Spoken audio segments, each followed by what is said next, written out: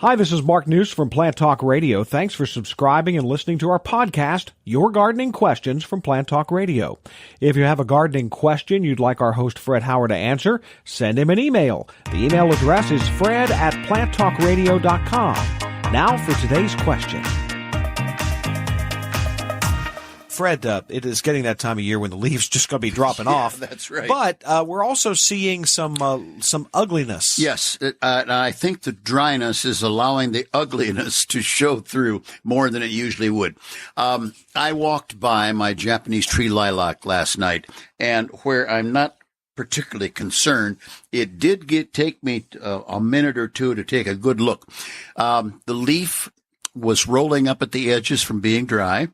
The leaf had kind of blanched out instead of being a normal color, kind of typical of this time of year. But then there were spots as big as my fingerprints on the leaves, in the margins, in between the margins, and in between, I don't mean in between the margins, in between the veins that were dark brown, blackish.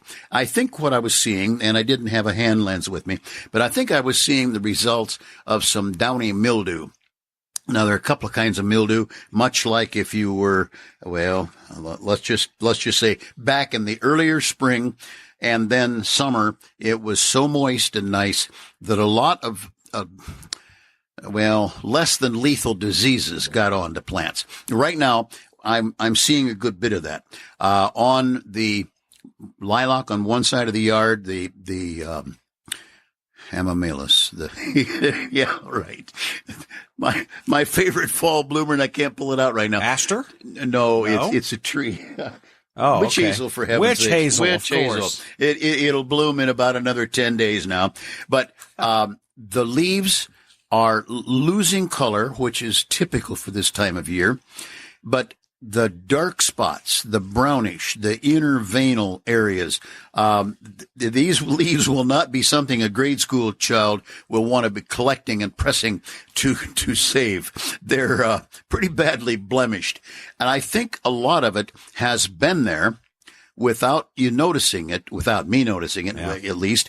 And then all of a sudden, with the desiccation, the drying, et cetera, that's happening, I think these spots are showing. Now, I mention it because if you see this, do take note, make a memo in your mind at least, or on your garden calendar, to watch in the spring, and if you need to prevent some fungal disease growth and so on, have that in mind, because the carryover from one year to the next is inevitable. These spores are in the air, et cetera, et cetera. I don't think you need to take worry right now, but at the same time, be noticing, because one of the other things I checked on, and I know better, but the scale on the euonymus plants, little white flecks that I've been walking by paying no attention until, recently, and especially yesterday. It's so bad right now with the leaves drying and discoloring. I can see those white flecks at many strides away. And that's just bad news, period, because that is indeed harmful for the plants. Nothing you can do about it right now in particular, but next spring, some of the oil sprays, following up with topicals and so on. So just, I guess, take a review of your yard right now. Note, without dismay, that these things have happened or are happening.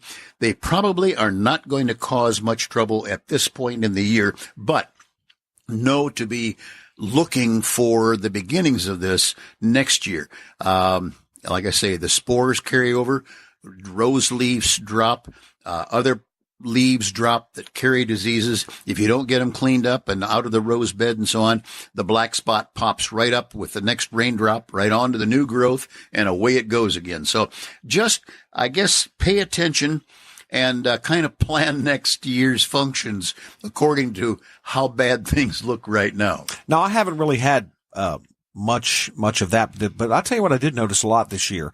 On several of my plants, the leaves, they stayed green and healthy, but they sort of curled up, or they got kind of wrinkly looking. Well, the wrinkling looking could be drought. Now, I mentioned that on the lilac, the edges were turned up a little bit. Several other shrubs in my yard, the leaves have rolled up a little bit. And I think it's a matter, lack of water allows them to curl. It doesn't keep them, let's just say, spread out and flat. That is what I'm hoping it is, because I can water and take care of that. I don't think it's anything else. One of the things, the red bud, though, I noticed where it got a little bit of bad juju. Oh, we don't want bad juju. No. Weed killers and red buds don't mix. Hey, thanks again for listening to our podcast. Be sure to subscribe to our other podcasts as well, the Plant of the Week podcast and the Plant Talk Radio podcast, all on iTunes or your favorite podcast player. If you'd like to sponsor a daily podcast, contact us at fred@planttalkradio.com. To find out more about Fred Hauer and Plant Talk Radio, visit our website, planttalkradio.com. Circle270media.com